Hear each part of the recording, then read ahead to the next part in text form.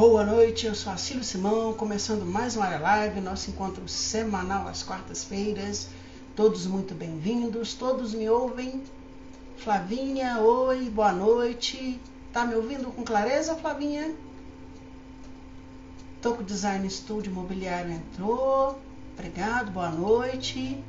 Bem-vindos todos. Todos me ouvem? Alguém sinaliza para mim, por favor?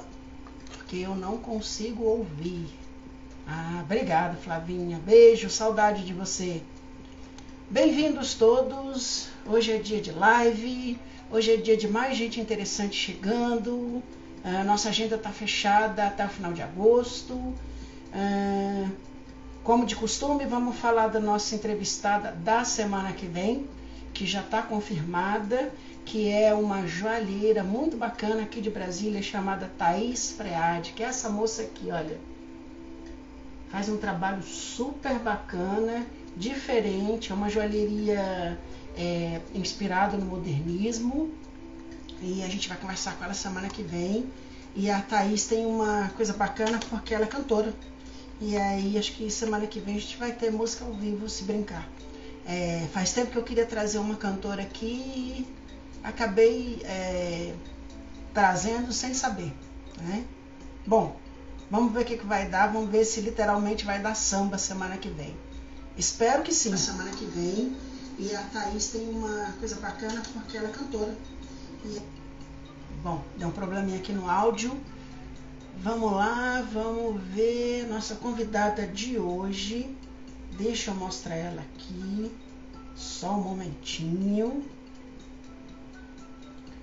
A gente vai conversar com essa moça aqui, olha. Renata Brasil, do Ateliê Monolito.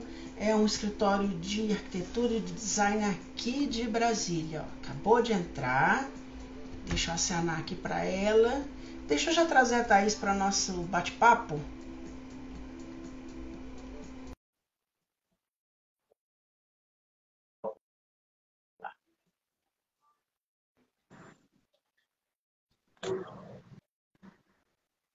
Olá, Thaís. Olá, Renata. Tá Oi, me ouvindo? Cílio, boa noite, tudo bem? Boa noite, bem-vinda. Obrigada. Obrigada por ter aceito o convite. Sempre faço esse agradecimento em público, porque é muito importante, né? Os grandes nomes do design brasileiro estarem passando por aqui.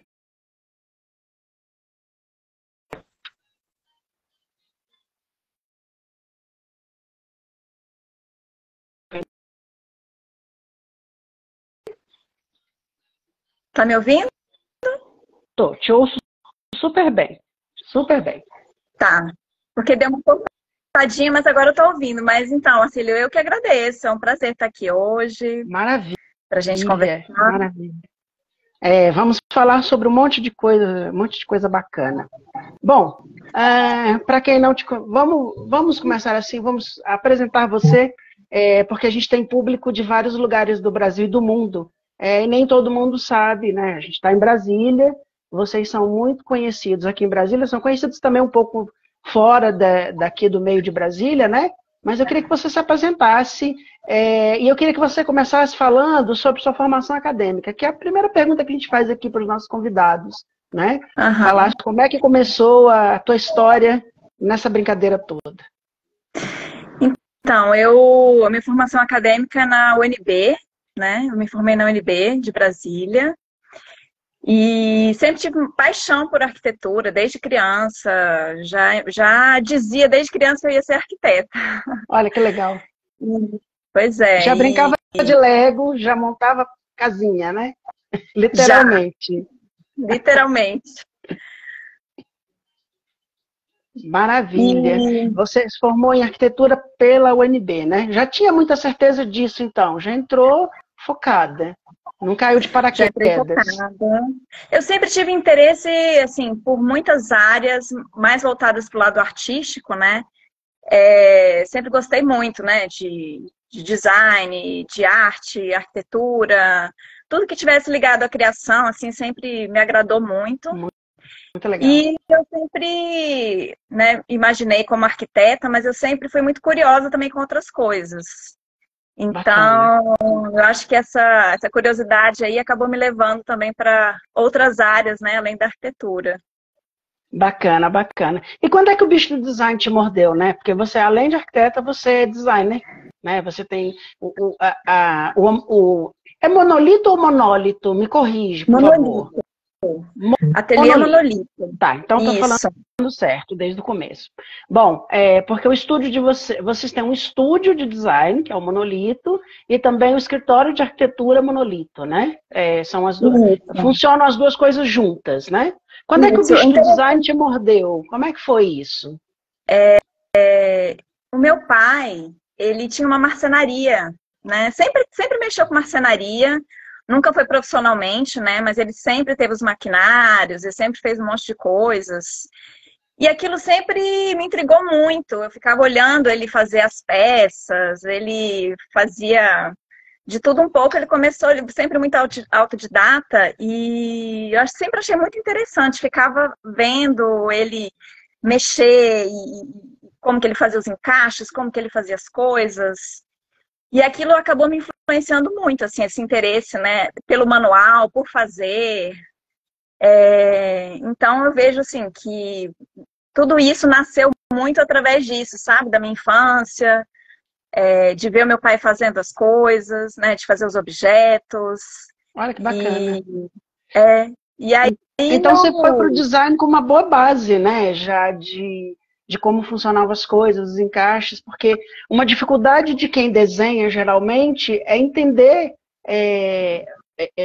Quem projeta geralmente, a grande dificuldade é entender como aquilo vai ficar pronto, né? De saber como é que vão ser os encaixes, as dificuldades todas. Às vezes o criativo bola coisas que não param de pé, né? Então, tem muita gente que tem essa dificuldade. Chega, são designers, excelentes designers, desenhistas e tudo, mas quando chegam na indústria, e eu tenho ouvido isso muito dos designers de produto aqui, né? Quando chega na indústria, começa a se deparar com alguns problemas nesse sentido. Então, essa sua base foi muito boa, né? Acabou te beneficiando. Sim, me beneficiou. Assim, eu acabei botando a mão na massa mesmo mais tarde um pouco, mas com certeza me influenciou, porque assim, uma coisa é você pegar um modelo da internet, alguma coisa que está pronta, e aí você só replica aquilo, faz um legozinho, monta, tá tudo certo. Outra coisa é quando você cria alguma coisa, e aí você vê, assim, uma dificuldade de como que aquilo na prática funciona.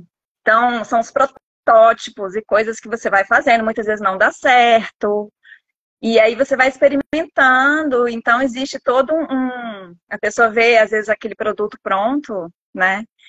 Mas existe Não todo sabe como é que foi todo o laborial disso, né? Porque vocês os têm que protótipos, projetar, criar protótipo. as coisas assim que às vezes você experimentou, aquilo não deu certo, mas aquilo te dá uma base para outras coisas, né? Que você vai, posteriormente, você vai utilizar aquilo. E, né, então, isso é muito legal, essa coisa da experimentação também. E é uma dificuldade, né? Então, existe isso, existe você produzir o protótipo, e também existe a dificuldade, aqui em Brasília principalmente, da questão da mão de obra, sabe?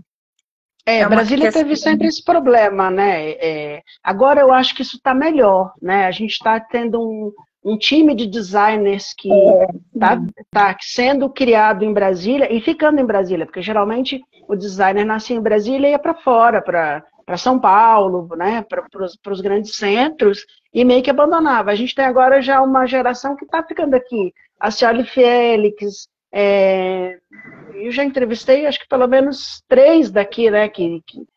O Shock Design, que está aqui, permanece aqui. Está brilhando aí Brasil afora, mas está aqui.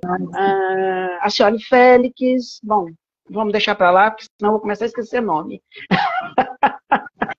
Não, mas tem assim, o pessoal, os designers assim da atualidade aqui em Brasília são pessoas maravilhosas, assim, são um trabalho muito legal, essa troca com o pessoal é muito legal. E aí, realmente, esse cenário agora está começando a mudar, né? Dessa questão da produção e dos contatos e tudo mais, né? Para poder executar as coisas. E assim, eu falei isso porque muitas vezes eu mesma acabo fazendo as coisas, pelo menos uma parte delas, né? E a outra parte, às vezes eu mando, né, para o serralheiro, para executar. Eu tenho, assim, uma paixão pelo concreto, tanto na arquitetura, né, quanto no design. Assim, eu acho que esse material sempre muito inspirada, né, pela arquitetura de Brasília, pelas formas orgânicas e tudo mais. Assim, apaixonada por esse material que é muito plástico e é incrível, assim, as possibilidades que se tem de poder mexer com o concreto, sabe? Então, E o Brasil tem tem muita tecnologia no concreto, né? A gente vê muita coisa de concreto armado, de concreto, né? A gente vê muito isso aqui.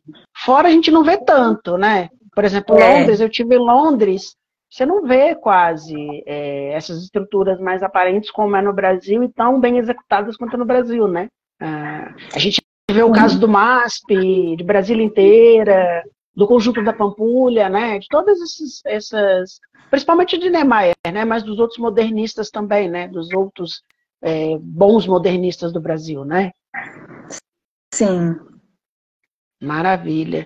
Eu ia te perguntar isso, né? Como é que a cidade te influenciou? Quando é que você descobriu isso assim? Que você começou a observar a cidade? Eu também cresci em Brasília. E a gente teve essa inspiração da linha reta, né? Da linha reta no horizonte. A gente só tem, acho que isso aqui, né? O contraste da linha reta com o céu e com o verde, né? A gente só tem isso aqui em Brasília. Quando é que você descobriu isso? Porque eu descobri isso muito cedo, desde criança, sempre me encantou. Nem sabia que queria essa área de arte, de design, mas aquilo sempre me chamou a atenção desde criancinha. Como é que foi para você? Desde pequena, né? Assim, os passeios, né, que meus pais me levavam, até para conhecer algumas coisas, os monumentos de Brasília, e a gente escorregava nessas colunas, nessa arquitetura, né? E a gente era uma arquitetura que a gente experimentava também quando criança. Então, com certeza, acabou tendo uma influência muito grande, né, na minha vida profissional, sem dúvida. Tanto na escolha mesmo para fazer arquitetura, né, quanto na questão também do design, de pensar como que aquilo se aplicava dentro do design também, não só a arquitetura pela arquitetura, né? Entendi. Eu queria te fazer uma pergunta agora, porque a gente já falou aqui de design, um pouquinho de arquitetura, vou mostrar alguns projetos teus e alguns produtos, né, daqui a pouquinho. Mas eu queria falar com você sobre moda, porque você tem um estilo maravilhoso, assim, né, obrigada. de um estilo pessoal muito marcante, né, diferente do restante, assim, né, que é o moderno sem ser caricato, né? O moderno sem ser muito exótico, né? Tá incorporado em você, tá no teu estilo. Como é que é isso? Como é que é essa tua relação com a moda, né? O que te inspira? O que você busca? Porque chama muita atenção, né? O teu visual e o teu visual junto ao escritório também, né? Porque você cuida bastante disso, né? Das fotos, do visual. A escala humana que você coloca geralmente é você no projeto, né? É muito bacana isso. E você tem uma figura muito bonita. Eu queria que você falasse um pouquinho disso sobre moda. Me chamou muita atenção. Eu falei, nossa, que interessante. Bom, eu também começou na infância pela minha avó, assim. A minha avó sempre costurou, sempre inventava coisas e eu acompanhava ela na máquina de costura, pegava os tecidos dela, cortava, fazia e costurava também, né, até para as bonecas e aquilo eu sempre me interessei muito por moda, mas sempre de uma forma mais diferente, vamos dizer assim, ter um olhar diferenciado através daquilo, né? Então, eu também aprendi a costurar e comecei a fazer coisas para mim também. Olha, que Teve uma bacana. época que eu também queria fazer moda.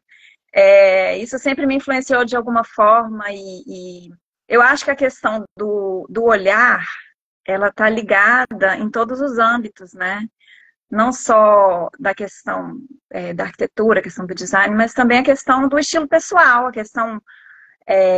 a roupa também é uma arquitetura, né? A roupa também é uma arquitetura. Me lembra muito o estilo de se vestir da Zaha Hadid. A Zaha tinha essa coisa, né, de incorporar isso na roupa também, né? Ela também desenhou alguns acessórios de moda, sapatos, fez sapato para Melissa, alguns sapatos muito, muito diferentes, né? E ela incorporou isso um pouquinho. Até essa semana a gente publicou uma matéria sobre a Iris Van Herpen, né, que tem essa relação bem profunda, é uma roupa quase arquitetônica, né, quase tem uma estrutura ali que é toda impressa em impressora 3D, tem uma pegada diferente, né, então me lembra um pouco isso. Eu cheguei a trabalhar um pouco com figurino também, um tempo atrás, para teatro, e também era uma paixão, sabe? Então, isso com certeza, assim, também é algo que me influencia bastante, assim, sabe? Pensar na arquitetura em todos os âmbitos, né? Inclusive da moda também.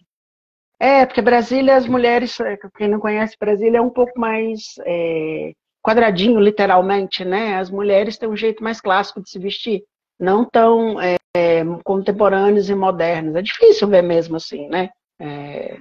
Aí quando eu vi, eu falei, nossa, mas que mulher bonita e exótica, né? Eu falei assim, que figura bonita, parabéns, parabéns.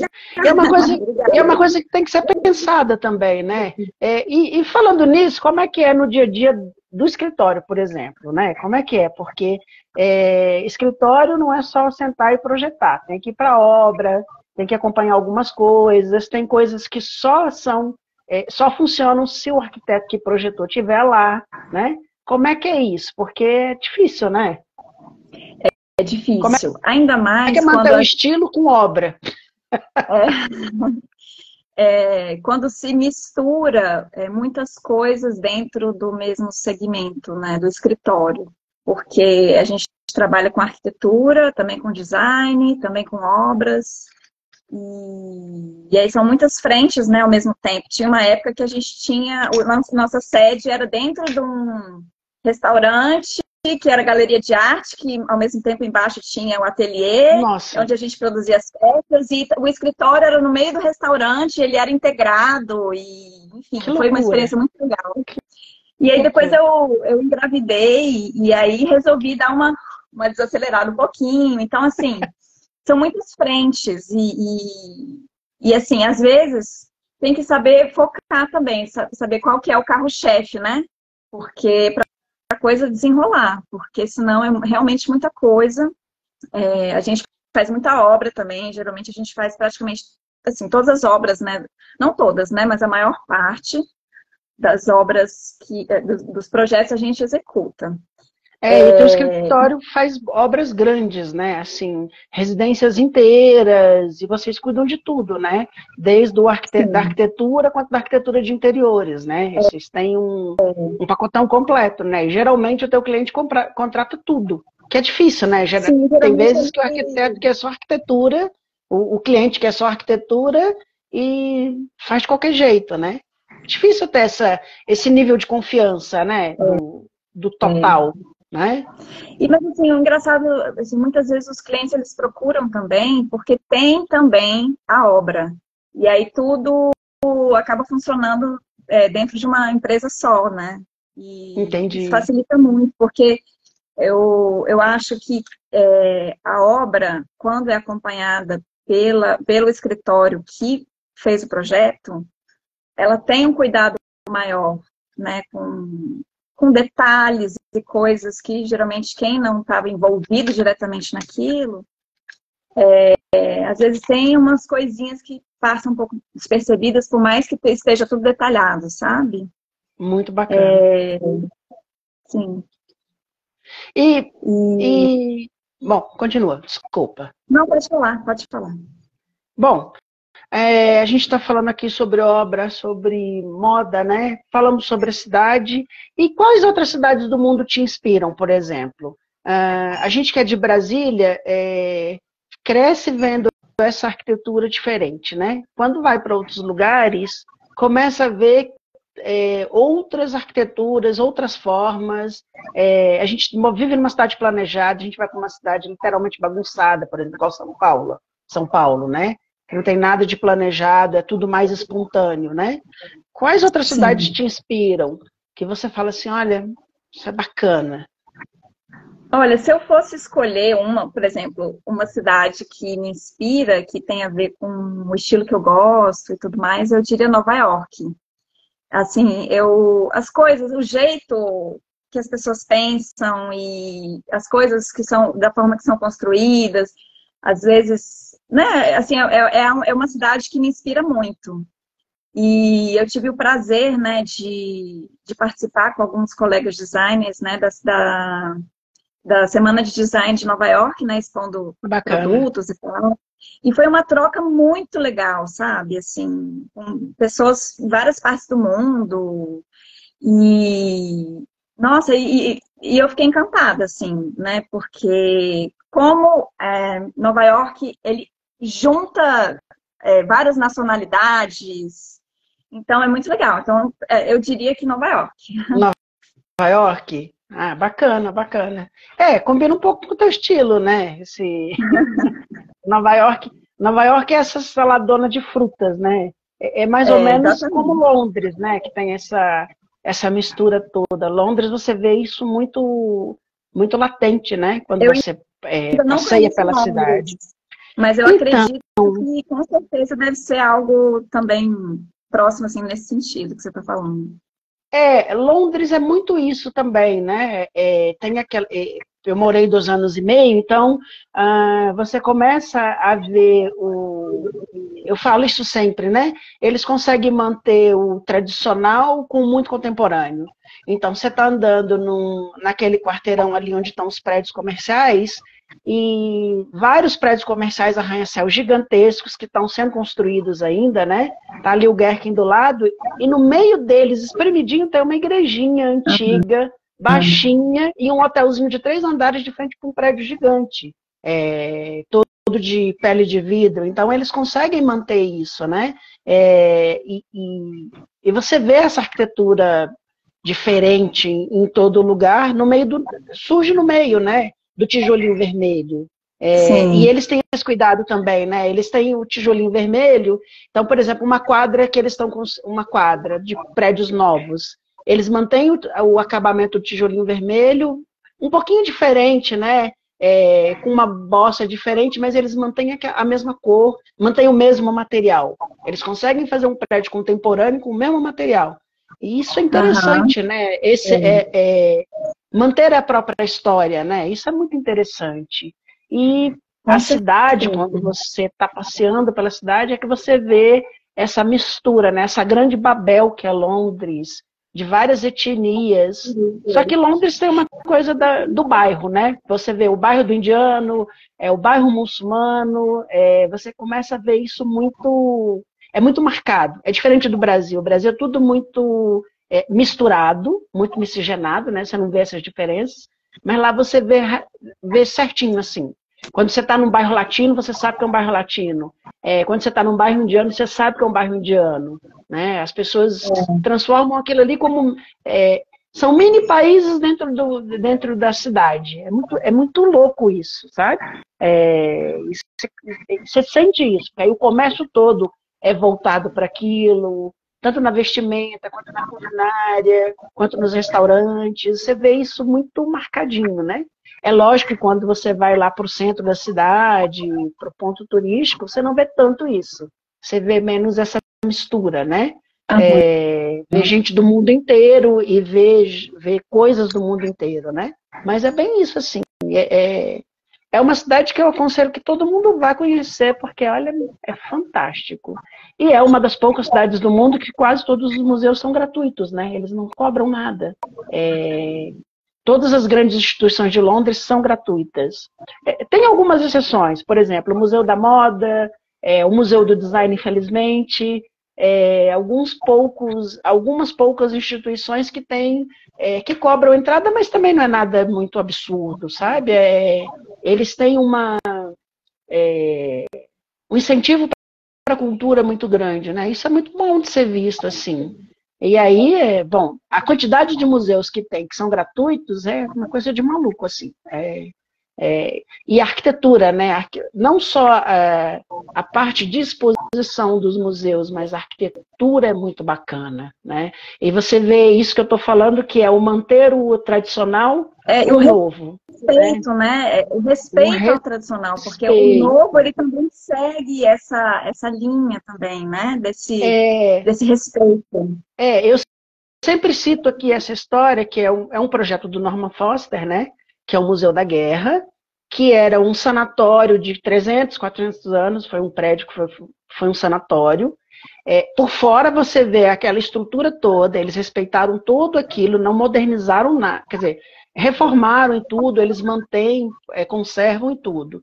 Quando você entra, ele fez um átrio todo contemporâneo, colado na estrutura, sem mexer nada, todo de vidro, totalmente contemporâneo, com materiais totalmente modernos, níveis abaixo, e você anda pelas galerias antigas vendo o novo. Isso é fantástico, é um negócio fora do comum, né? E a gente não consegue fazer, assim, eu não vejo fazerem isso no resto do mundo, né? Assim, pelo menos as cidades que eu conheço, geralmente as pessoas têm a tendência a derrubar o antigo e construir o novo, né?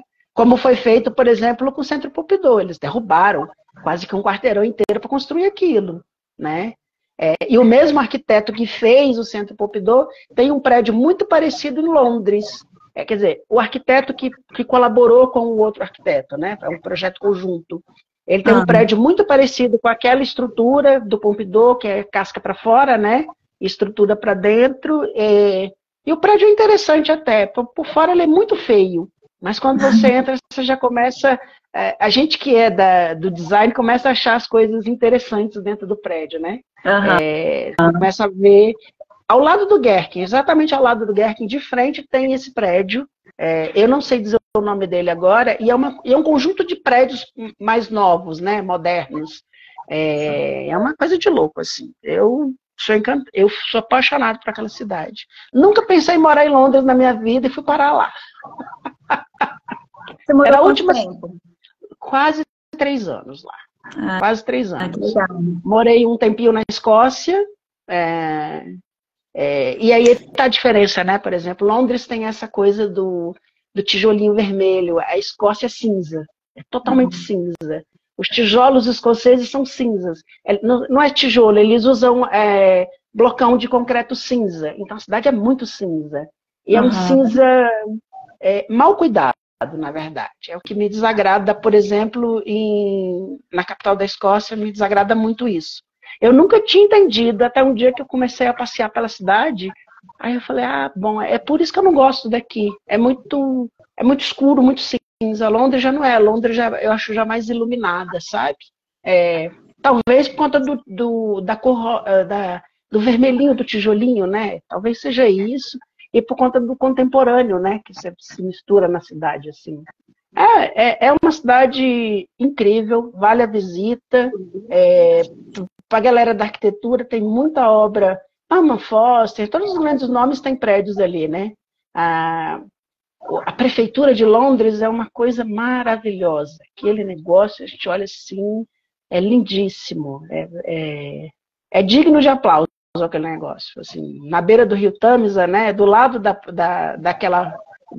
ponte, e de frente para a Torre Branca, né, que é mais engraçado. Assim.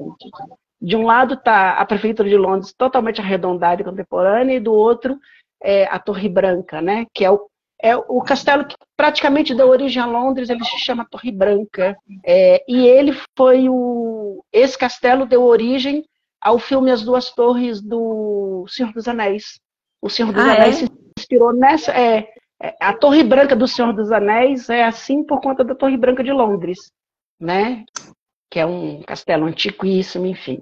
Bom, continuemos aqui falando sobre a telha monolito, que é a nossa pauta do dia, né? Eu vi que você tem essa questão toda com a moda, né? E vi que você fez alguns produtos também. acessórios para moda, né? Brincos. Eu gostei muito disso. Quem que te inspira na moda, por exemplo? Vamos lá, a gente falou que alguns nomes, Zaha Hadid, Iris Van Herpen, né? Quem que te inspira? Quem que te dá aquele frisson, assim? Que você olha e fala, gosto muito. Olha, assim, na verdade, eu não sou uma grande estudiosa da moda, de alguém especificamente, assim, sabe? Eu acabo me inspirando de uma forma geral, assim. Então, para te falar a verdade, agora eu não saberia te dizer uma pessoa em especial. Mas Sei. eu sou uma curiosa, eu procuro, eu vejo, eu me inspiro, mas não saberia te dizer agora, assim, alguém que poderia ser como referência. Não tem ninguém que está no seu... Bom, eu gosto sempre de mudar essa pergunta, né?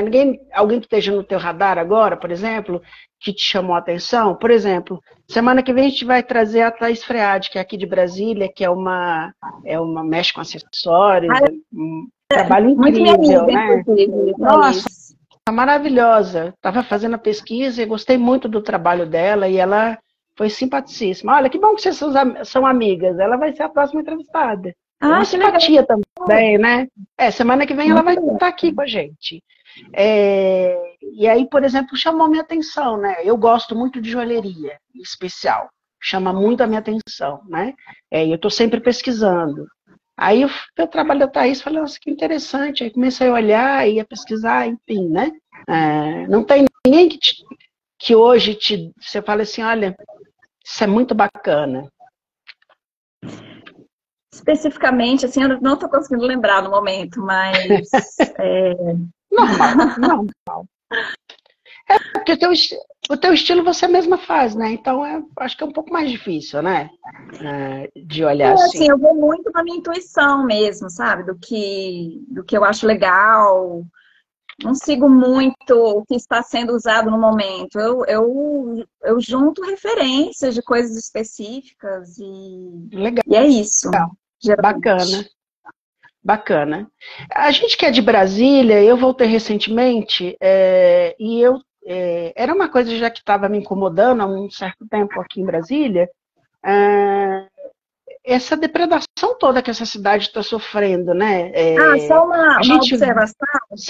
Assim, eu gosto muito especificamente de um estilo mais japonês, assim, de moda. E aí, assim, tem estilistas, assim, que eu acho que são muito legais.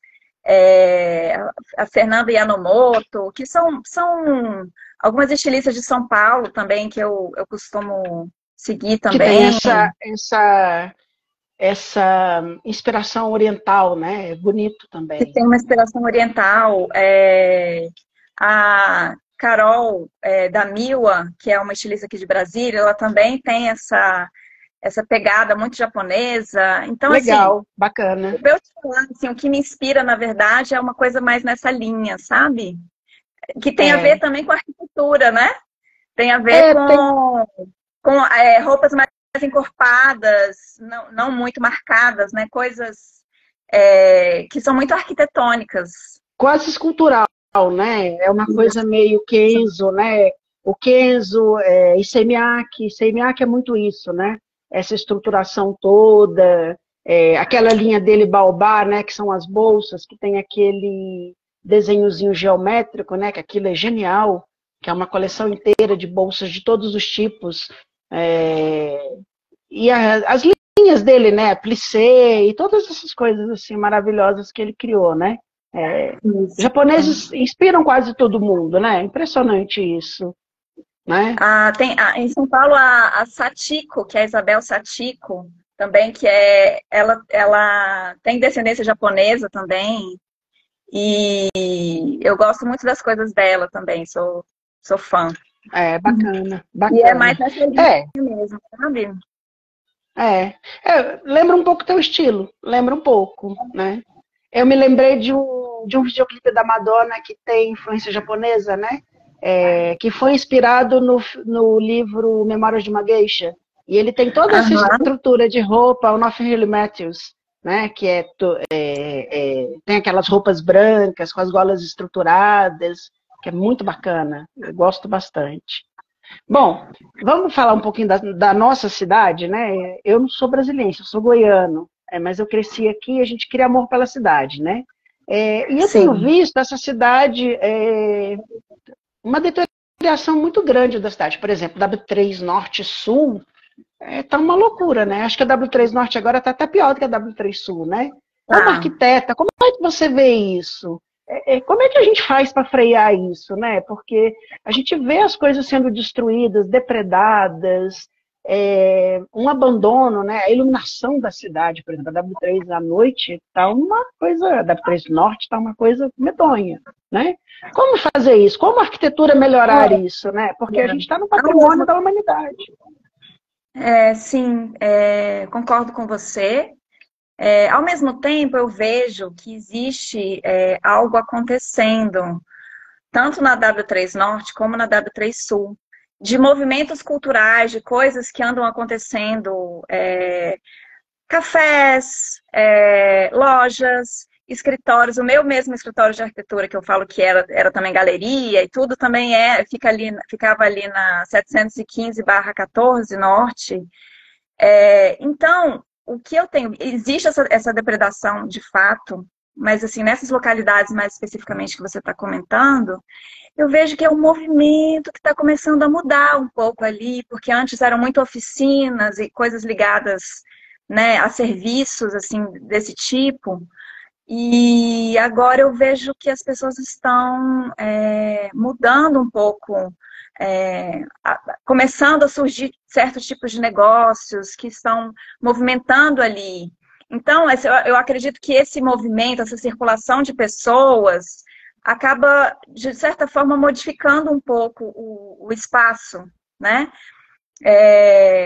Então, por exemplo, na W3 Sul, tem também um movimento ali acontecendo,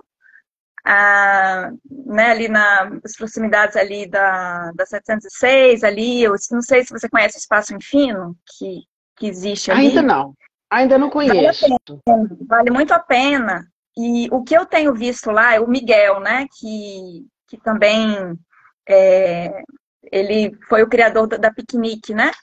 Certo. E ele está transformando, né, não ele, né? As pessoas estão ali, ele começou, tem esse espaço, e ali está brotando uma série de negócios, lojas que estão abrindo ali, a partir desse movimento. Então, assim, tem shows, então, assim, culturalmente falando, é uma coisa assim que está começando a mudar por lá.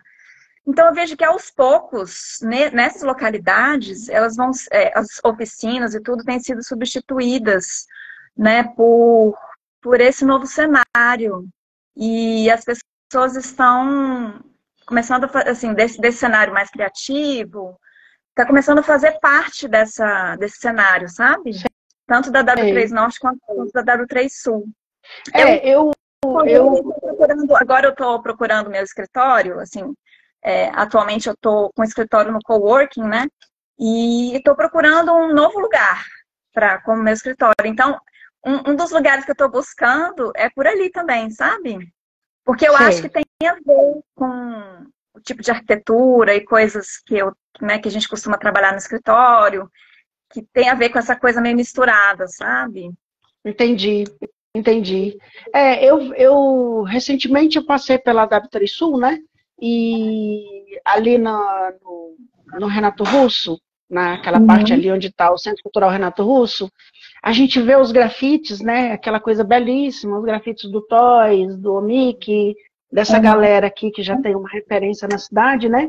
E a gente vê que onde tem o grafite, não tem a pichação, por exemplo, né? Que a pichação é uma coisa que me incomoda muito em todo lugar do mundo. É uma coisa que eu detesto. Eu acho que é o fim do fim do fim, assim, de humanidade é aquilo ali, né? Eu particularmente não gosto. Há quem defenda que goste. Eu conheço profissionais, inclusive, que defendem. Já briguei com um profissional por conta disso. porque eu acho medonho. Só que assim, a gente via que antigamente, e foi um recurso utilizado por moradores que era de fazer painéis grafitados com artistas para evitar um pouco a pichação, né? Enfim. Só que eu vi um desses painéis desenhado pelos meninos, inclusive, com pichação em cima agora. E aí eu falei, nossa, mas que coisa medonha, né? A que ponto que a coisa está chegando, né? E isso me incomoda de uma forma, e eu sempre fico pensando assim, como é que a gente combate isso? Como é que a gente pode transformar esse cenário, né? Inclusive teve uma matéria esses dias que estava falando sobre isso, sobre lugar depredado, que vai perdendo valor e as coisas em volta vão indo embora, porque vai dando ar de insegurança. Né? Eu acho muito que a transformação por meio da cultura, sabe?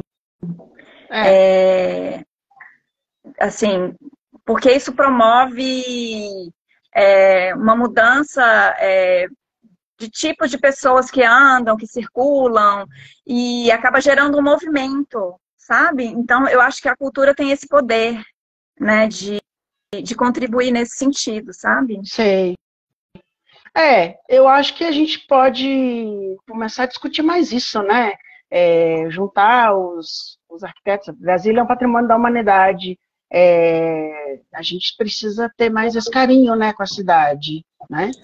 Londres também tem, às vezes, eu estava outro dia fotografando as pontes, né? E a ponte Príncipe Felipe tinha uma pichação numa das colunas, é uma ponte lindíssima, toda em candy color, é linda, é um negócio assim, uma obra de arte. E tinha ali uma das colunas pichadas, né? E assim, pô, até aqui o povo não respeita. É feio, né? Muito feio. Triste, concordo. é muito feio, porque é para todo mundo, né? Eu fico pensando dessa forma. E me entristece muito, porque você começa a andar ali pela W3, pela Norte, inclusive. A Norte está com uma sensação de depredação maior do que a da Asa Sul. Apesar da Asa Sul ser mais velha, né? E aí você começa a ver comércio ser fechado, você começa a ver aquele movimento. Você é mais jovem do que eu, né? Mas na minha época, né, nos áureos tempos, aquilo era movimentado, era uma delícia. Comércio de todas as formas, né? Grandes redes gigantescas, mercados, lojas de departamentos gigantescas. Era um programa familiar, literalmente, né? Você ia ali para W3 Sul, por exemplo, e você vê as coisas fechadas e destruídas, é muito triste. Deixa uma sensação de pós-guerra, literalmente. É verdade, eu também concordo com você. Bom, já que a gente estava falando aqui em grafite, eu toquei nesse assunto porque eu queria mostrar um projeto teu que tem grafite, e tem grafite do Toys e dessa galerinha aqui da cidade, né? Sim, e eu achei super bonito. Eu já usei grafite deles em projeto meu e gosto muito deles. Esses meninos são talentosíssimos e esse apartamento ficou... É um apartamento, né? Ficou lindíssimo. Isso, é um apartamento. E você usou o grafite como... você usou o grafite como ponto principal do apartamento inteiro, né? Sim. É um foco de arte. A moradora, né, a cliente, é uma pessoa que trabalha com moda, né? E ela presta assessoria e tudo, então ela usa muito esse fundo, né, como parte dos vídeos dela, né? Então também foi muito influenciado pelo gosto dela, pelo como ela queria, e também tem muito a ver, né, com o estilo que eu gosto também. Essa bancada de concreto, ó, por exemplo, a gente que produziu na nosso ateliê também, então a gente costuma fazer isso também, sabe? Às vezes de fazer algumas peças, né, sob medida também. Bacana. E fugir um pouco do que vocês fazem geralmente, né? Porque geralmente os projetos de vocês são mais monocromáticos, né? Poucas cores únicas, né? Muito concreto, muito tijolinho. e aí você entra com esse blocão de cor no centro, ficou muito bonito. Foi É difícil muito legal. entrar com tanta cor? Não, eu acho que é legal, sabe? É, Eu gosto também, né? Mas de alguma forma eu acho que também pela questão do meu estilo, assim, eu geralmente uso tons mais monocromáticos, mas eu, assim, eu também gosto muito, eu acho muito legal, né? Acho que ficou muito bacana mesmo. bacana. E como é E que é essa assim, relação com a arte, por exemplo, né? Trazer os artistas para dentro do teu trabalho. Outros artistas, né? Porque você é artista também, de certa forma. é muito legal, assim, eu acho que a gente tem que valorizar nossos artistas da cidade, principalmente. Né? Hoje em dia, que a gente tem a internet, a gente tem acesso à internet pelo Instagram, a gente tem um acesso maior, né, ao trabalho das pessoas, e, né, então acho que é legal essa coisa de você misturar, de você integrar na arquitetura, a arte também, né? E a gente tem que aprender a valorizar, porque muitas vezes a gente valoriza o que é de fora, né? E Justamente. eu acho que o Brasil e Brasília também tem muitas coisas legais que devem ser mostradas e valorizadas. Nós temos artistas espetaculares, né? Muitos artistas bons, muitos mesmo. Não à toa que tem a MAD aí, né? Com o mercado de arte e design, e tem a feira de arte junto, e né, a gente tem uma feira de design colecionável. É importantíssimo isso, né? Com Tá certeza. aí Valdir Inclusive, uma Jatobá. coisa Sim, de pode perdão. falar. Não, a gente tem Valdir Jatobá e Bruno Simões, né, nessa empreitada, sempre valorizando os designers nacionais, né, os nossos designers brasileiros, tanto no Brasil, eles fazem um trabalho muito bacana dentro do Brasil com a MAD, e o Bruno faz uma curadoria muito boa em Milão, em Nova York, né, então aplausos para essa galera, né, Com inclusive com certeza. E designers assim, brasilienses, nossa, tá? por exemplo, né, lá em Nova York, quando teve a semana de design, né, de Nova York, eu observei, né, os produtos de designers e artistas brasileiros comparados com, né, de outros países, né, enfim. E eu acho que o nosso produto ele não tem nada a perder com Nada a relação. desejar. Pelo contrário, eu acho que aqui a gente tem uma coisa. é, Pelo fato da gente, a gente consegue integrar muita coisa, eu vejo que em muitos países, né, as coisas são mais quadradas. Muito E quadradinho. eu acho que a gente às vezes consegue pensar fora da caixinha. E eu vejo muita criatividade, assim, né, dos produtos brasileiros comparados aos outros, né? São igualmente bonitos, mas eu vejo que existe essa coisa do brasileiro, às vezes até por uma certa falta de recursos e coisas, de fazer algumas combinações e coisas assim que às vezes a gente não vê em outros países, sabe? Falando em artista, a Rosa Pink acabou de entrar. Querida Rosa Pink, super artista e que se expressa pela cerâmica, é um trabalho incrível. A gente já entrevistou ela. Beijo, Rosa. Saudade de você. Eu queria que você falasse um pouquinho, que a gente está falando da arquitetura, né? Especificamente agora, não estamos falando do design. Como é que é trabalhar numa cidade que é tombada, né? Como é que é a dificuldade? Qual que é os desafios, né? De não descaracterizar o que tem na cidade, por exemplo. Como é que faz, né? Eu nunca perguntei isso para nenhum arquiteto aqui de Brasília. Como é que é isso? É desafiador? É mais difícil? Como é que é? Olha, não vejo como algo difícil, né? Eu acho que como a gente é muito influenciado pela questão da cidade, eu acho que a nossa influência acaba sendo também muito aliada ao que já existe. É aquela coisa que a gente falou do respeito pelo que já existe. E a gente, como arquiteto, a gente aprendeu a valorizar isso também, sabe? e saber trabalhar dentro dessa linha, né? Que é tombada. E mesmo ainda tombada, tem muitas coisas interessantes que podem ser feitas dentro dessa questão do patrimônio tombado. Entendi. Isso a gente está falando da reforma interna, por exemplo, né? Quando você entra, por exemplo, no externo, e quando você passa pela cidade, você vê isso, né? Você vê, por exemplo, prédios onde os cobogós estão fechados, onde tem uma leva de cobogó fechado, né? Eu já vi isso, por exemplo. É nesse sentido que eu estou falando, sabe? Porque a gente tem essa consciência de manter, né? Mas quando se depara com o que não tem, por exemplo, já pegou algum apartamento desse tipo que descaracterizaram demais? Porque é quase impossível de reverter, né?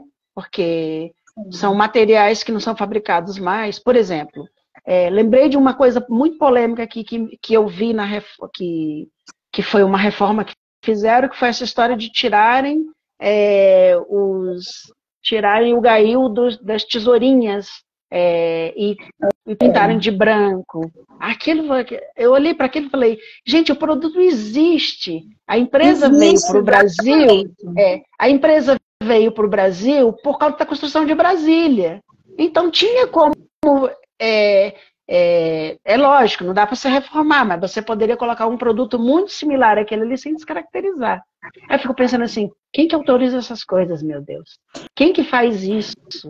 Né? Geralmente está ligado a pessoas que trabalham para o governo e não tem essa cultura de manter a cidade, né? Então, mas, gente, o IAB... eu acho que o IAB tem um papel muito importante nesse sentido. O CAL, né, que é o nosso conselho, eu vejo eles brigando por umas coisas irrelevantes, na minha opinião. Aí fazem manifesto, fazem carta disso, fazem carta daquilo e deixam passar um negócio desse tamanho. O IFAM, a base do IFAM é em Brasília, gente, pelo amor de Deus. Isso não poderia ter acontecido nunca, né? Porque a empresa existe, né? Eu fico pensando... Brasília, a gente tem essa questão muito influenciada pela política, por essa questão também imobiliária. Então, infelizmente, né, a gente não tem muito controle sobre isso. Mas eu acho que é muito importante a ação do CAL nesse sentido, de educação. A população ela precisa ser educada, senão ela não vai saber, né? Nós estudamos e tal, então a gente sabe, mas a população como um todo não faz ideia, né? Então, muitas vezes a pessoa está ali assumindo, né, aquela determinada obra, né, aquele órgão, não tem a menor noção. De fato, né? E a GFIS também, né? Como você falou, a GFIS também tem esse papel, né? Não, a GFIS, o IFAM está aqui dentro. A base do IFAM é aqui em Brasília, gente, pelo amor de Deus. A central do IFAM está no Brasil inteiro, mas a diretoria total está aqui dentro. Né? Era uma coisa que a gente vê a olhos vistos. A mídia noticiou isso, por exemplo, o João Amador falou disso, fez live sobre isso, com uma outra, que é uma menina que é arquiteta, que eu não lembro agora quem falou sobre isso e tal. A gente tem a informação de que a empresa ainda existe, né? Eu acho que é um pouco porque a arquitetura, de certa forma, se distancia do popular, né? Eu acho que tem essa questão, assim. A arquitetura se distancia, o meio acadêmico se distancia da população, de certa forma, na minha opinião, é uma questão pessoal minha. Eu acho que o meio acadêmico devia estar mais presente, né? Por exemplo, essa live que nós estamos fazendo agora é fundamental para que as pessoas comecem a entender as coisas e a falar, e a gente está falando de coisas aqui, traduzindo determinadas coisas que as pessoas não sabem, né? Porque aqui tem acesso para todo mundo. Não é uma coisa limitada. Não é uma revista setorizada do meio da arquitetura que só os arquitetos leem, né? É um veículo que todo mundo tem acesso.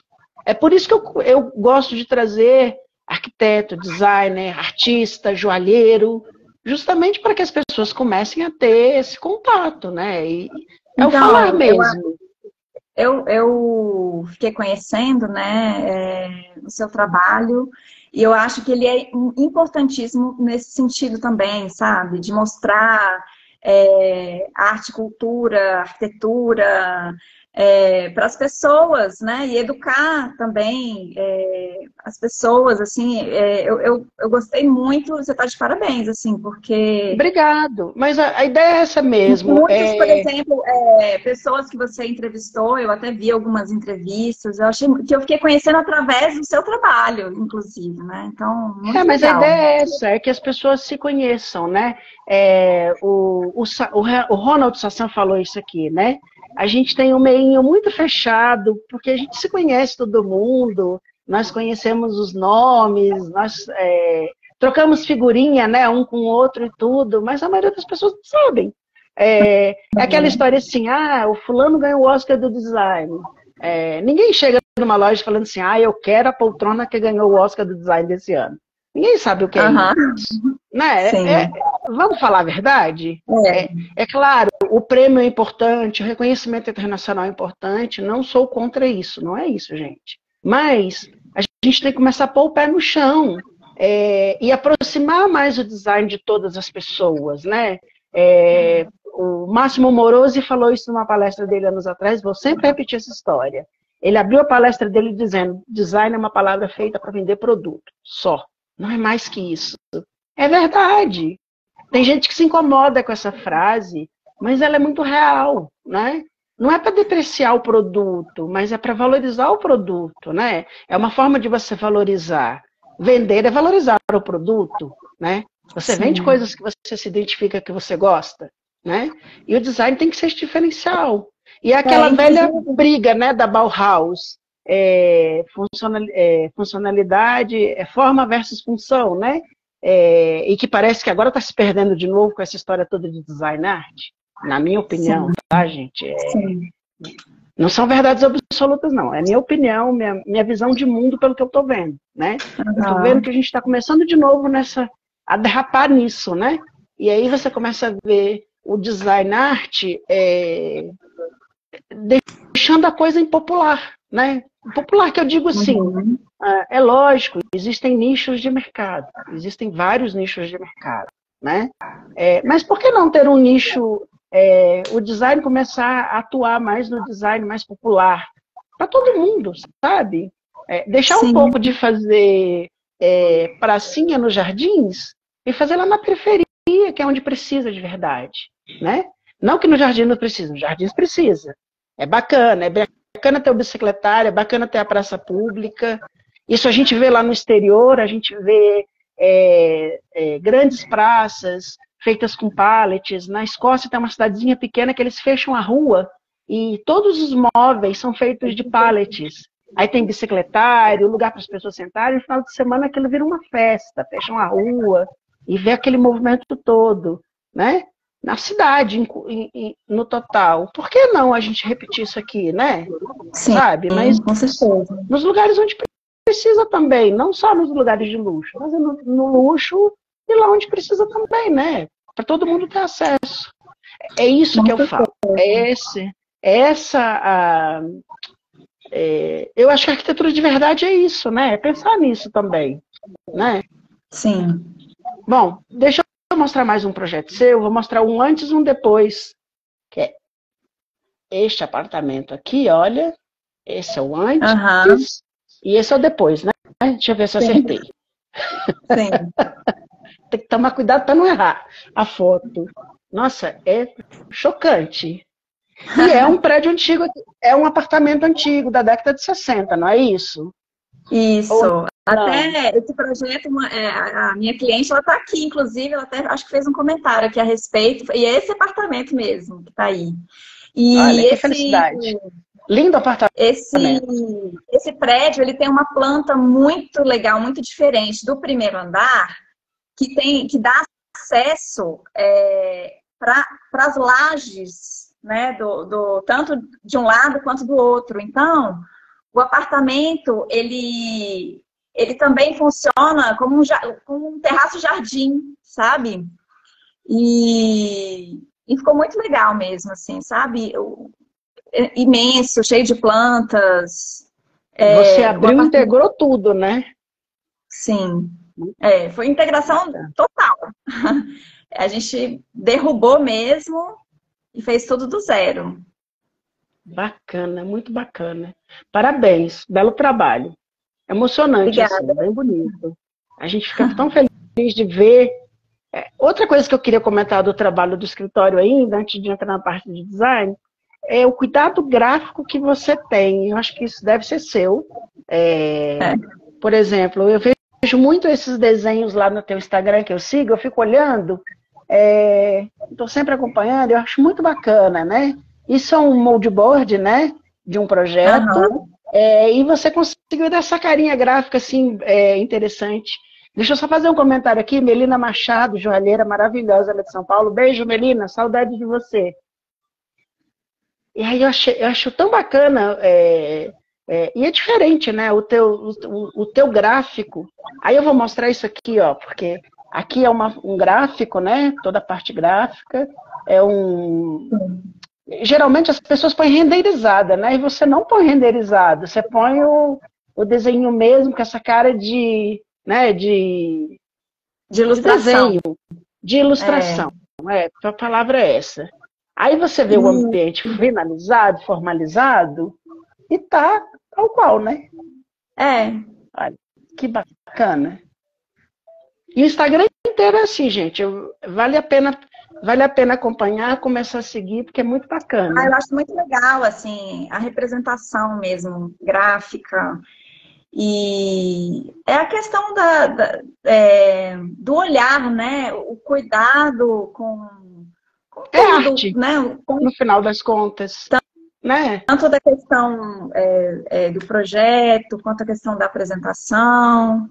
Muito né? legal. A forma como é apresentado para o cliente. Eu tenho trabalhado também com animação nos projetos. Eu vi alguns que são animação, que são muito legais, muito, muito bacana. Tá muito bem feito. É tudo você que produz? Como é que é isso? Então, eu tenho uma equipe, né? Uma equipe muito legal de pessoas, assim. E aí eu gosto muito de agregar hoje na pessoas. tua equipe? Somos 5 atualmente, né? 5?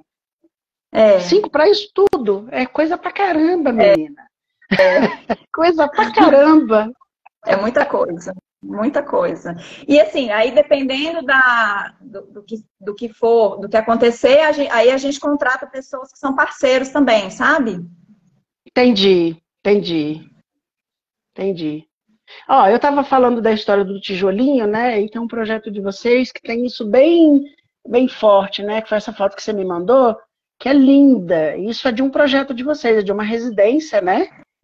E você dá nome para todas elas, né? Todas elas têm um nome assim, público, por assim dizer, né? Para poder. E aí, olha que bacana, é o visual da casa, né? Uma parte da casa, e aí a Renata na foto, né? E aí você vê o estilo dela bem contrastante com o tal do tijolinho vermelho, né? Feito diferente, assim, né? De uma levada diferente. De utilizar materiais brutos, né, na arquitetura. Então, o cimento, o tijolo, o metal, o concreto, e as várias combinações que a gente pode fazer através desses materiais, com uma mudança de olhar, né? E o desafio, às vezes, que é fazer uma coisa do material simples, você fazer algo através de um olhar diferenciado, a forma como você monta as peças, o tijolo vira um cobogó, né? Eu também gosto também de utilizar madeira nos projetos e eu acho que as pessoas às vezes gastam uma fortuna com materiais caríssimos e coisas muito exorbitantes. E eu acho muito legal esse desafio de fazer com materiais que são comuns, sabe? E sabe que é uma coisa que me chamou a atenção nos teus projetos, né? No projeto do... Chama de estúdio ou de escritório? Vou chamar de estúdio, pode ser? Sem problema? Pode ser. Tá. No teu estúdio, eu vejo uma coisa porque é uma coisa que tem me incomodado recentemente, é esse uso do painel de madeira, né? Todo mundo forra tudo com painel de madeira. Na mesma cor, fica aquela coisa assim, pasteurizada. Eu vejo nos escritórios que a coisa está pasteurizada. É por isso que eu tenho evitado um pouco de falar de arquitetura aqui, tenho falado mais de design. Né? Não é porque eu não gosto de arquitetura não, gente, tá? É porque você começa a ver a coisa muito pasteurizada, muito igual, soluções muito iguais, mesma cor e tudo, aí fica parecendo aquela coisa que, assim, não tem personalidade nenhuma. É muito difícil, né? E eu vejo que no caso de vocês não tem isso, né? Você consegue trabalhar com materiais muito similares, mas você consegue dar o diferencial para cada projeto. Você olha para os projetos e você vê esse toque. E é um material bruto, né? Que seria muito mais difícil fazer isso com material bruto. E você consegue dar essa bossa, né? Usando os mesmos materiais, mas acaba não ficando datado, né? Que é o mais bacana. É único, né? Assim, e assim, varia de acordo com a demanda mesmo do cliente. Então, eu não gosto de repetir muito as mesmas coisas, assim. Então, por mais que tenha os mesmos materiais, realmente o produto final vai ser a cara do cliente mesmo, né? E como é que é, por exemplo, vamos tocar nesse assunto de material, como é que é quando chega para esses materiais novos tecnológicos que estão surgindo, né? Tá vindo muita coisa, na parte de revestimento, por exemplo, de mobiliário, a gente tem essa novidade aí que é o couro de micélio, né, que é o couro de cogumelo, que é uma coisa que eu tenho falado bastante aqui, tenho dito e tal. A moda saiu na frente da gente, passou a gente, mas eu estava pesquisando ontem e a Rocher Bobois acabou de assinar um contrato com uma dessas empresas, vai começar a produzir sofás com couro de micélio. Rocher Bobois está saindo na frente de todo mundo, né? Como é que é isso, por exemplo? Porque na arquitetura esses materiais mais novos são mais difíceis, né? A gente ainda tem tá muito comercial em tudo na arquitetura, né? Como é que é isso, por exemplo? Te interessa? Tem a pesquisa? Como é que está sendo isso para vocês, por exemplo, no escritório? Com certeza interessa, né? De estar ligado, de tudo dos novos materiais e como eles podem ser utilizados. Eu falei que tenho essa preferência, né, por materiais que são simples, mas eu gosto de combinar também materiais e coisas mais inovadoras também junto, né? Às vezes eu acredito muito numa simplicidade elegante. Então, mas isso não necessariamente com material tradicional, você também pode misturar outras coisas, sabe? E ter esse aspecto, assim, de que não precisa de muita coisa para ser algo elegante, algo legal, e você pode misturar vários tipos de materiais. Eu acho que é legal a inovação também, de coisas que a gente pode implementar na arquitetura. Eu estava comentando essa questão de estilo, né, com uma amiga que não é arquiteta, que é uma cliente, uma amiga cliente, na verdade. É uma cliente que virou amiga, essa é a palavra. Eu fiz 2 casas dela, sou designer de interiores. E virou amiga, e a gente comenta muito sobre isso, né? E a gente sempre, na nossa pauta, tá lá o Sig Bergamin, né? E aquelas coisas maravilhosas que ele faz, aquelas misturas que ele faz, que só quem chega de perto e vê e fala assim, meu Deus, como é que ele teve a ideia de misturar isso com isto? E qualquer pessoa... E ficou bom. E qualquer pessoa que fosse fazer isso, não ia dar certo. E ele consegue, ele tem isso. Né? É uma linha tênue. É uma linha tênue entre a cafonice e a elegância, e ele consegue ser sempre elegante. É uma coisa maravilhosa. E eu me lembro de muitos anos atrás, de uma Vogue, onde eles pegaram 4 grandes estilistas, grandes arquitetos badalados, um deles era o Sig, e pediram para trocar de estilo. E o Sig pegou o estilo contemporâneo, e ficou lindo também, né? E aí você vê o arquiteto sair dessa zona de conforto, né? E eu estou te perguntando isso pelo seguinte, você tem clientes hoje que te procuram por conta de um estilo teu, né? Uma assinatura tua que a pessoa se identifica. Sim. Já aconteceu de vir o contrário, por exemplo, ver uma pessoa que não tem nada a ver com o teu estilo e dar aquele sustão assim, falar, opa.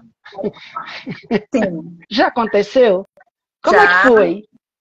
Com certeza, assim, olha, acaba o tipo de coisa que eu posto, né, do meu trabalho, acaba filtrando um pouco meio que o estilo do cliente também, né? Que muitas vezes Sim. acaba fazendo porque se identifica com as coisas que eu faço.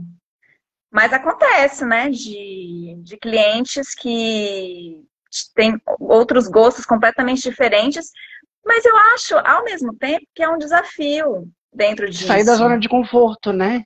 Sair da zona de conforto e, de repente, você tem um resultado muito interessante. Já se aventurou assim? De sair totalmente da sua, vamos dizer assim, da sua paleta? Já se aventurou? Aconteceu. Eu falo isso porque em Londres...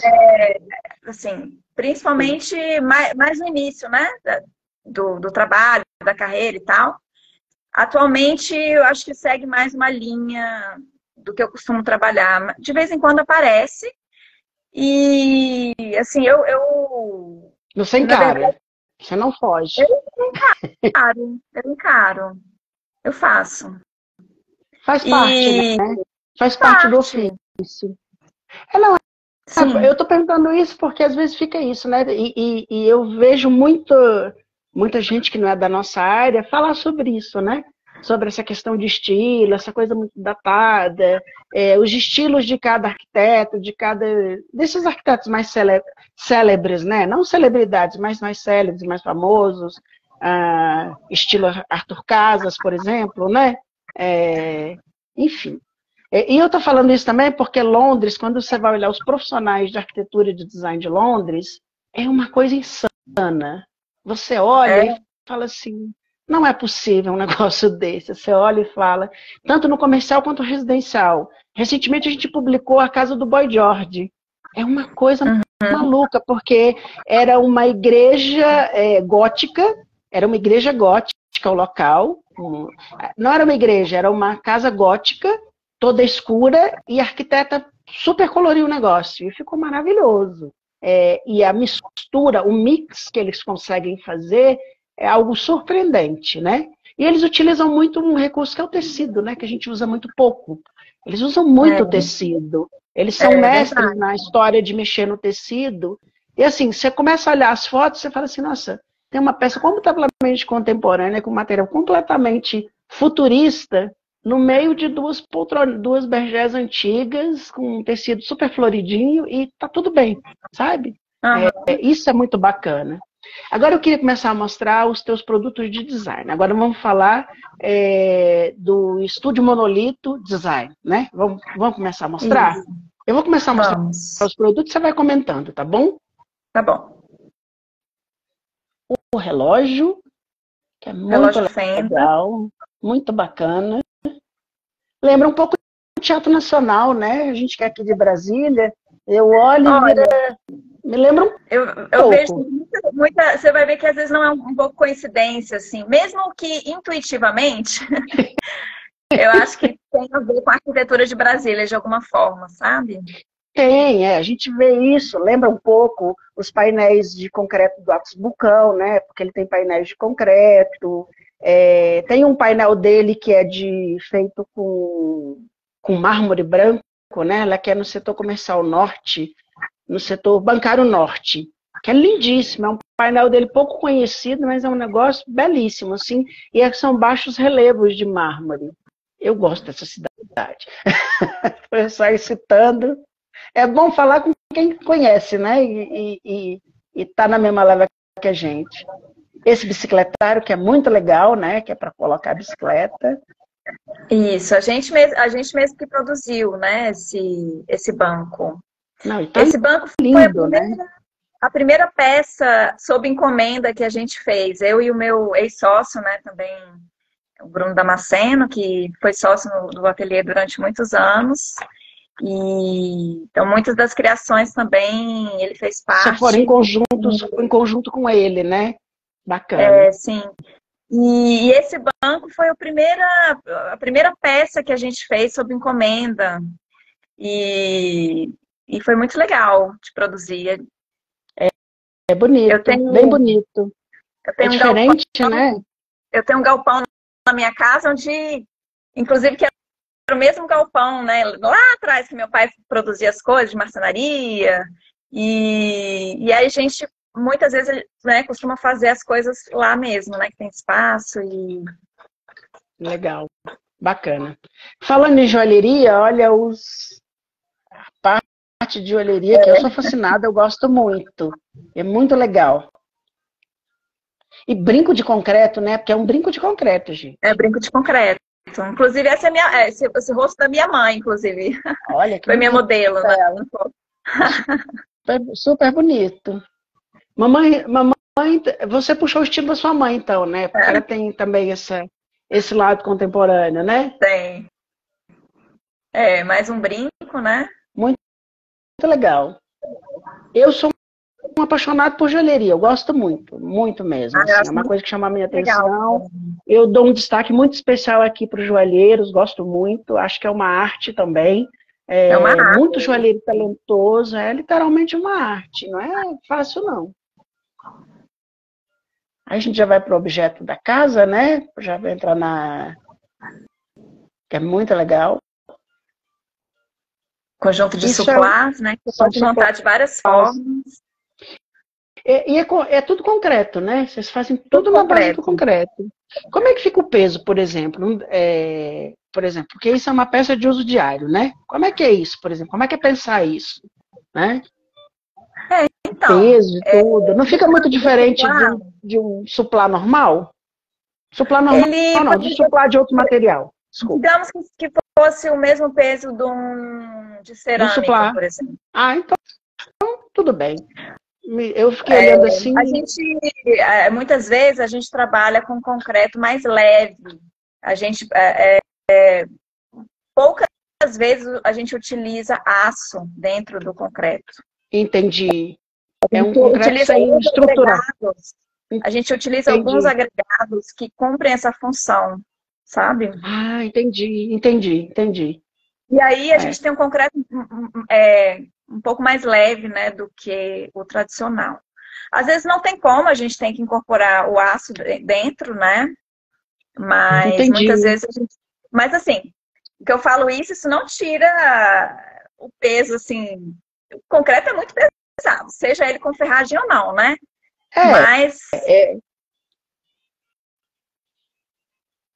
Aqui o banco o bicicletário, né? E o bicicletário é bacana, mais de perto, né? Sem iluminação, dá pra ver. Sim. E geralmente, bicicleta, a pessoa pendura em algum lugar. Aqui ela tá de ponta cabeça, né? Encaixada. Que é o cliente diferencial. Ele queria um destaque para a bicicleta dele. Vira uma escultura. Legal, muito legal. Quem gosta de bicicleta gosta mesmo, né? E bicicleta é um objeto de design no final das contas, né? Tem umas que são apaixonantes, assim. Eu particularmente gosto. Aqui já são os produtos de vocês expostos, né? Os suplás. E eu vou mostrar o banquinho daqui a pouco, os 2 banquinhos, né? E o bacana é isso, é o concreto junto com outros materiais, né? Sem pudor nenhum. Uma coisa que as pessoas poderiam dizer assim, não, é concreto, olha, a mesa lateral, né? É uma mesa lateral, né? Que pode ser mesa de cabeceira, mesa lateral, bem bonita. Isso. Bem bonita. A gente gosta de incorporar diferentes materiais, né, dentro de uma mesma peça. Acho que fica legal. Muito legal.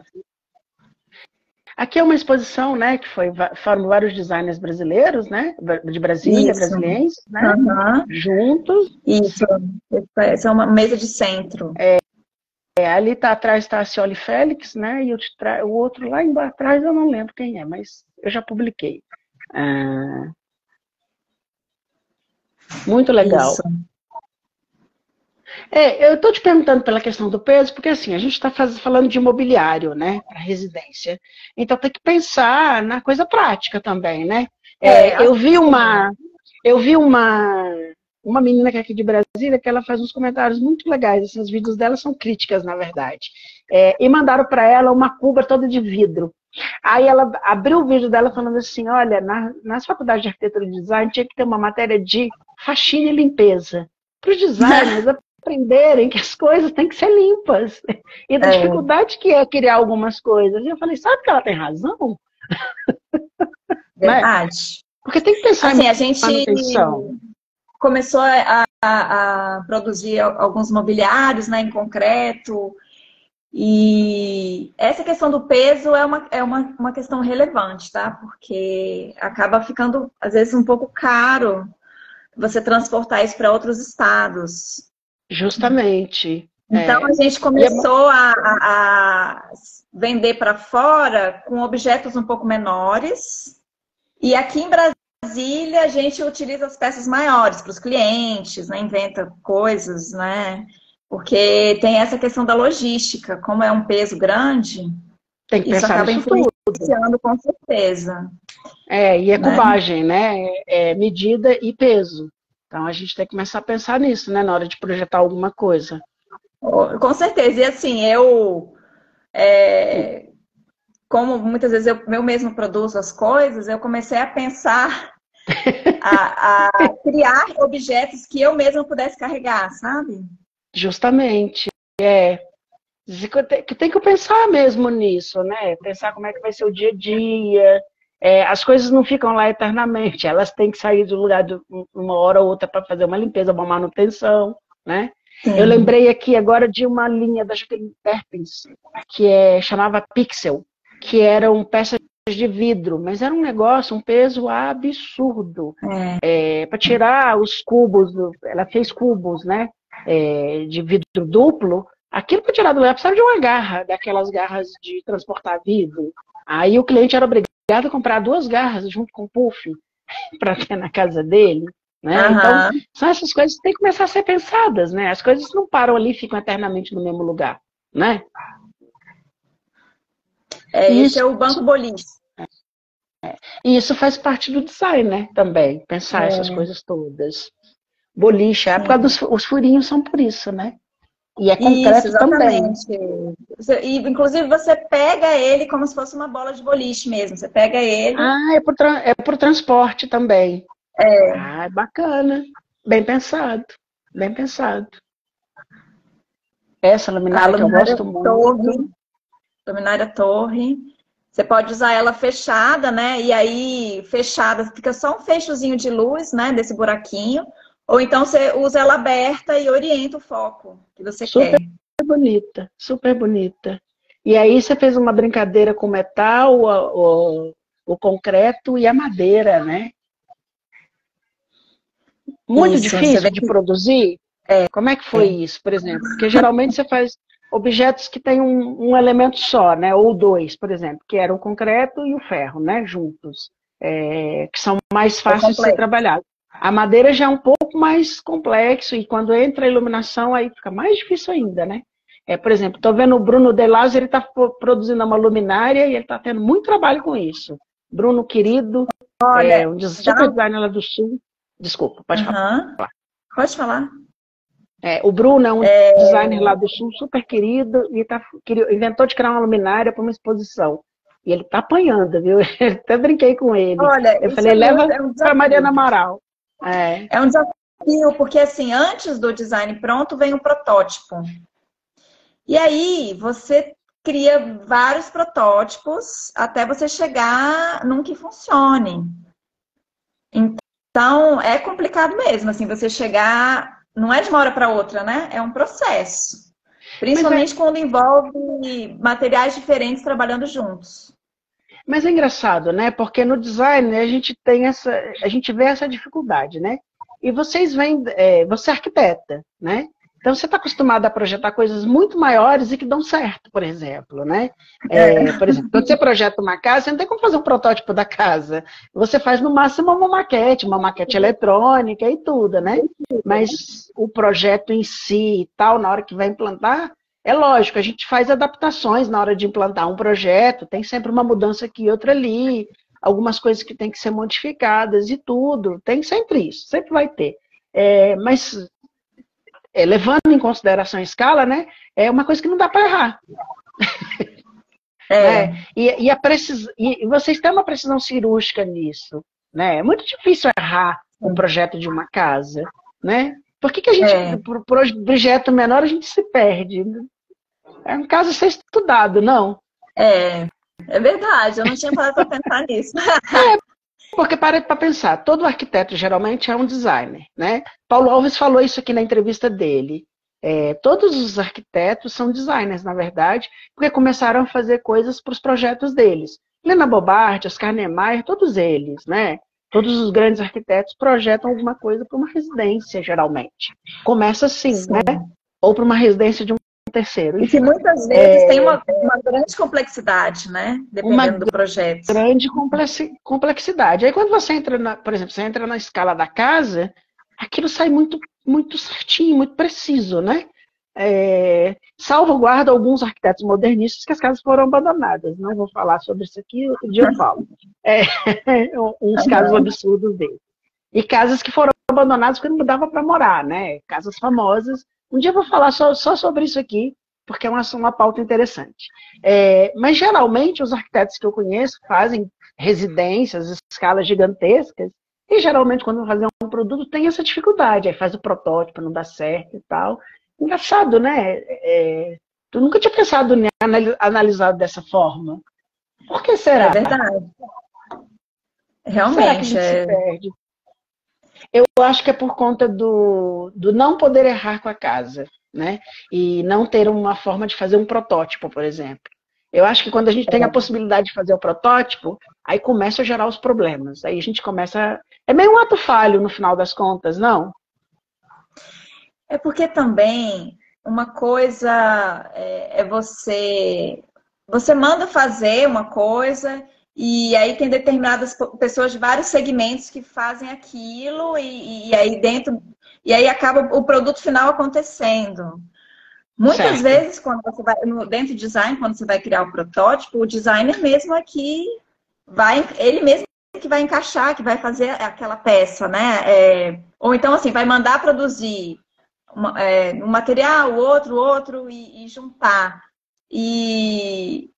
Então, existe essa questão também da experiência do fazer, do montar. Justamente. E é diferente, às vezes, da arquitetura, que você junta determinadas pessoas e elas trabalham juntas naquilo. E, de alguma forma, já aquilo é feito de uma determinada forma, já conhecida, sabe? Entendi. Bom, eu acho também que é um pouco da formação acadêmica do arquiteto, né? Porque o arquiteto pensa ali no macro, na escala grande, tudo, e ignora um pouco essa escala mais reduzida. Eu acho que falta um pouco os cursos de arquitetura começarem a enxergar o design de produto, né, como parte do trabalho também, porque às vezes o arquiteto vai para a arquitetura de interiores, às vezes é ignorado na faculdade de arquitetura. Falo, quando eu fiz arquitetura era desse jeito.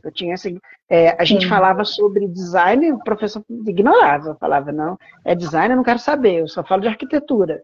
Tinha um pouco isso, eu sentia um pouco isso. Eu acho que está na hora de trazer um pouco design de produto para dentro da cadeira, como uma cadeira para dentro do curso de arquitetura. Não é muito isso? Sim, então que seja uma oficina e tal. Eu acho que isso também está ligado a muito algo experimental, sabe? Ou misturar, né? Juntar o design de produto com a arquitetura e fundir um pouquinho a coisa, né? Isso. Porque eu já vi, por exemplo, arquitetos irem fazer curso de design de interiores, né? Por não dominar a escala, se especializar para poder entrar nessa área. Então, acho que com design de produto está passando a hora de fazerem isso, né? Deixa eu mostrar aqui mais um produto. O Banco Blob. Eu fiquei na dúvida se é concreto ou se é madeira, né? É madeira. Madeira imitando um estofamento, como se fosse um tecido, né? Me enganou na hora, assim. Muito legal. Muito legal.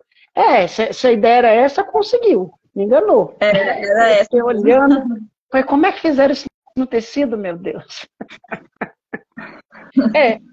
A gente olha já pensa na estrutura, né? Como é que fizeram isso? Que a gente olha o negócio com um olhar de raio-x, né?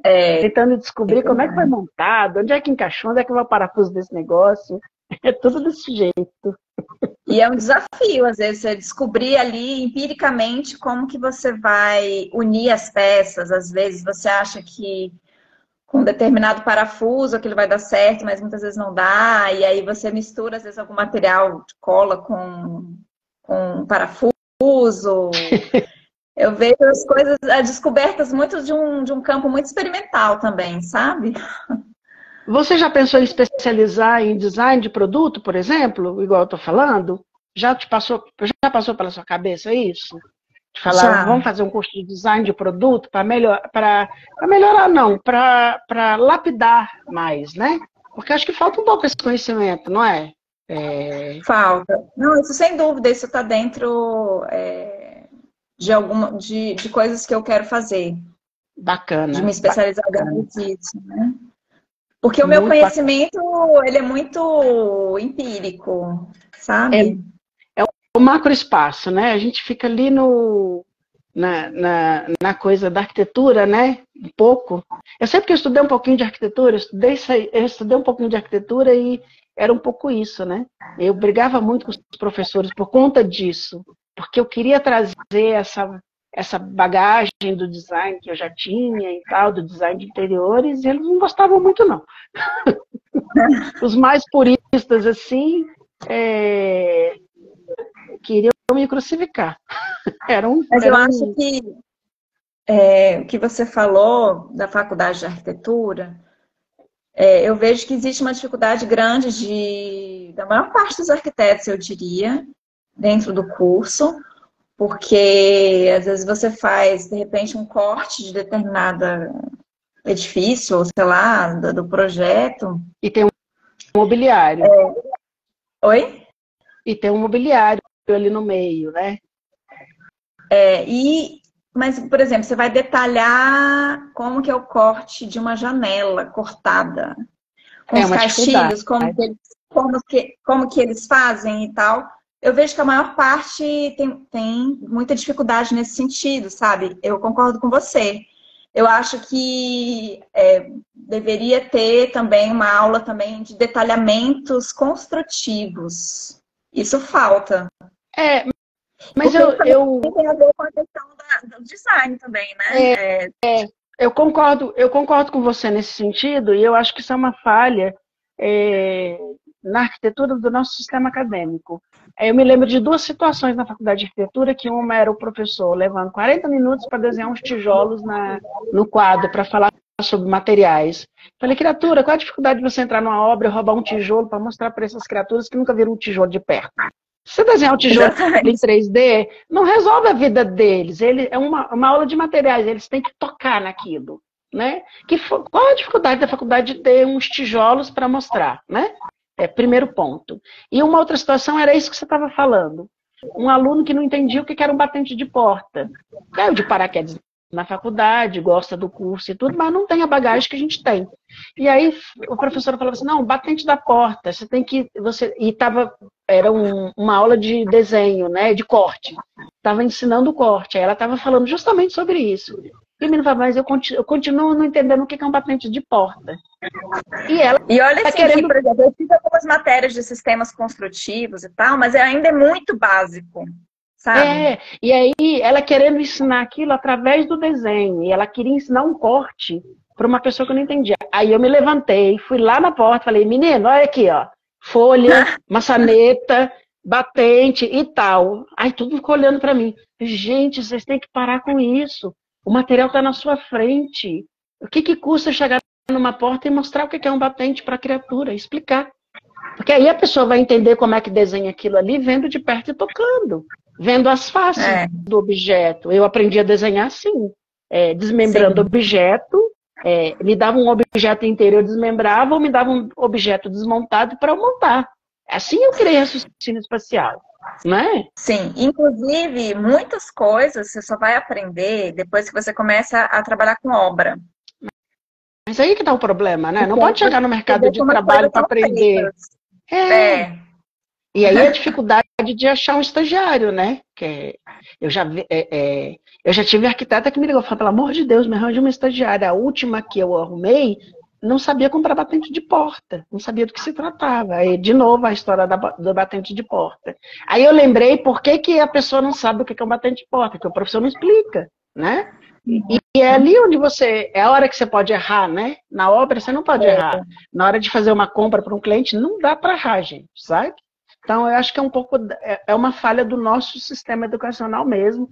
E a gente precisa começar a mudar isso, começar a bater no ponto, começar a discutir, começar a dizer. Eu falo isso aqui, gente, não tenho raiva de professor, não é para brigar com ninguém, não é briga ideológica, não é nada disso. É porque a gente está vendo, e a gente está vendo o que está chegando no mercado, né? A gente vê, eu fiz a formação, vi lá como é que é, e hoje, quando eu vejo erro em obra e vejo determinadas coisas, eu começo a entender. Então, a gente tem um delay aí que tem que começar a ser corrigido e a gente tem que começar a falar disso. É quem está já formado, é a gente que está aqui mostrando o mercado e falar sobre o mercado é isso. É tocar, não é só mostrar o bonitinho, tá tudo certinho, não. É tocar na ferida do que está errado também. Vamos começar a abrir o olho e mudar a coisa, né? Porque senão, né? Tem muita gente aí para ser formada ainda, tem muita gente querendo entrar nesse caminho, e eu acho que está na hora da gente começar. É por isso que eu sempre começo essa conversa falando de formação profissional.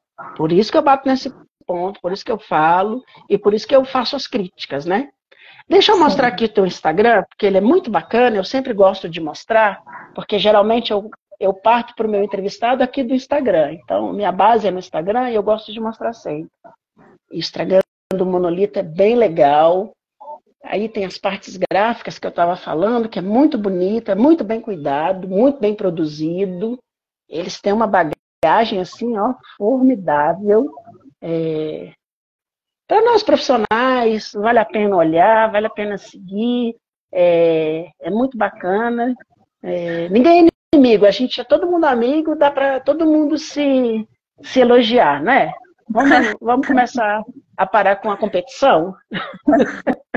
Tem mercado para todo mundo, verdade. Não é? Com certeza, sem dúvida. Ateliê Monolito, @Ateliê Monolito. Muito bacana. Renatinha, adorei a conversa, adorei te conhecer virtualmente, espero poder conhecê-la pessoalmente, né? Acho que fiz mais uma amiga. Sim. Vocês já são 79 nessa brincadeira. 78. Que legal, hein? 78ª. Semana que vem, 79ª. E a gente está com entrevista fechada até final de agosto e montando a agenda de setembro já. Vai passar muita gente. Então, né? E vai passar muita gente de Brasília aqui. Eu descobri um monte de gente bacana. Descobri mestra vidreira aqui dentro de Brasília. É uma mestra vidreira aqui em Brasília, com estúdio montado. Tá vindo aí muita gente Patrícia, bacana. Né? É a Patrícia? E é ela mesma. Ela vai conversar com a gente. Topou. Ela é maravilhosa. Né? Maravilhoso. Bom, adorei o nosso bate-papo. A gente já está com 1h38 de conversa. Olha que bacana. Nem parece. Queria que você fizesse o teu comentário. Queria que a conversa muito gostosa, vai rápido, né? A gente vai falando e dá para falar muito mais, enfim, né? Queria agradecer pessoalmente você foi uma graça comigo desde o começo, topou conversar com a gente, foi muito bacana, é muito bom isso, é muito bom ter os grandes nomes aqui, todos eles, né? Queria te agradecer publicamente de novo, e eu queria que você fizesse seu comercial agora, que você falasse onde é que a gente encontra vocês, suas redes sociais, site, Instagram, como é que faz para falar com o Ateliê Monolito Arquitetura e o Design, onde é que compra os produtos, onde é que está vendendo tudo, faz teu comercial que a hora é agora. Então, a gente utiliza muito o Instagram, né, para quase tudo, assim. Atualmente a nossa sede tem sido dentro do coworking, que é super legal, que é o Ar Coworking, que fica ali na Asa Norte, que é um prédio inteiro só de coworking, vale a pena conhecer. Mas assim, a nossa comunicação, ela se dá muito, muito, muito através do Instagram. Então, clicando lá, tem, né, dentro do Instagram, né, você é guiado, direcionado, né, se quiser falar diretamente, ou se quiser fazer uma reunião. Atualmente, nosso site está em construção, né, e aí a gente vai poder também vender alguns produtos por lá, né? Muito bacana.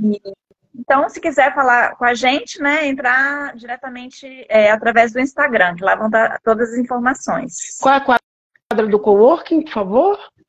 É 714/15 Norte. Norte. Ah, pertinho. Bacana, muito bacana. Muito obrigado. Sempre bem-vinda. Sempre que tiver coisa nova, pode mandar para a gente, que a gente publica primeiro e pergunta depois. Tá ótimo. A gente está sempre aqui publicando produto de todos os designers brasileiros, do exterior, porque o nosso assunto aqui é design, é arte, arquitetura. Então a gente procura pincelar um pouquinho de tudo, né? Às vezes eu mostro alguma coisa de moda porque eu gosto, algumas referências que são as minhas referências, né? O Instagram do Site Área sou muito eu. Então, o que você vai ver lá vai ser o que eu gosto, cenografia e as coisas que eu sempre cito aqui. Obrigado, boa noite, prazer, obrigado pela simpatia, noite deliciosa aqui com você. Eu que agradeço muito, gostei muito do nosso papo. Muito bom. Parabéns aí pelo trabalho também, super legal, faremos super importante. Faremos entrevistas. Todas as entrevistas, mas assim, aos poucos eu vou vendo, né? Eu achei muito legal essa troca, muito bacana os designers gostam de ouvir, aí então a gente tem o canal também no Spotify, né? As entrevistas estão em áudio, porque alguns designers gostam de ouvir as entrevistas trabalhando. O nosso público pediu isso e a gente acabou fazendo, né? Porque os canais existem em todas as redes, né? YouTube, todas as redes replicam quase tudo igual, né? Só as entrevistas que por enquanto estão centralizadas aqui, mas boa parte delas já subiu para o Spotify, já temos 20 entrevistas lá. É porque assim, eu sou um sócio e são 78. É muita gente para editar. Aí tem que cuidar de mostrar a foto, tem que deixar tudo bonitinho. É uma trabalheirazinha, mas eu faço com carinho, porque é muito importante esse espaço aqui. Muito importante mesmo. Viu? Obrigado. Boa noite para você. Obrigada. Pode desconectar aí. Boa noite, tudo de bom. Beijo. Obrigado. Beijo. Obrigado. Gente, conversei com a Telemonolito, maravilha. Renata Brasil aqui, maravilhosa. Adorei esse bate-papo. Escritório aqui de Brasília, estúdio de design, badalado. Gostei bastante. Semana que vem tem Thaís Freade aqui, que é joalheria. Você sabe que a tradição nossa é mostrar joalheria aqui, gosto bastante. E sempre vou mostrar, porque eu acho que é uma arte à parte. É uma designer aqui de Brasília, e eu quero mostrar o trabalho, quero mostrar bastante os profissionais daqui de Brasília, tem muita coisa bacana acontecendo aqui. Meu muito obrigado para você que ficou aqui a noite toda com a gente, 1 hora de conversa deliciosa, espero vocês na semana que vem, e breve, agenda de agosto, da semana que vem a nossa última entrevista é de junho, e aí partimos para a agenda de julho com muita coisa bacana. Obrigado, boa noite, todos bem-vindos sempre. Obrigado, curtam o nosso trabalho, deem clique, divulguem para as pessoas. É muito importante a divulgação, mostrar, deixar comentário nas entrevistas, assistir depois, tá bom? Obrigado, boa noite. Até semana que vem. Site Área, acesse, assista, ouça essa ideia. Até semana que vem, até quarta-feira que vem. Boa noite.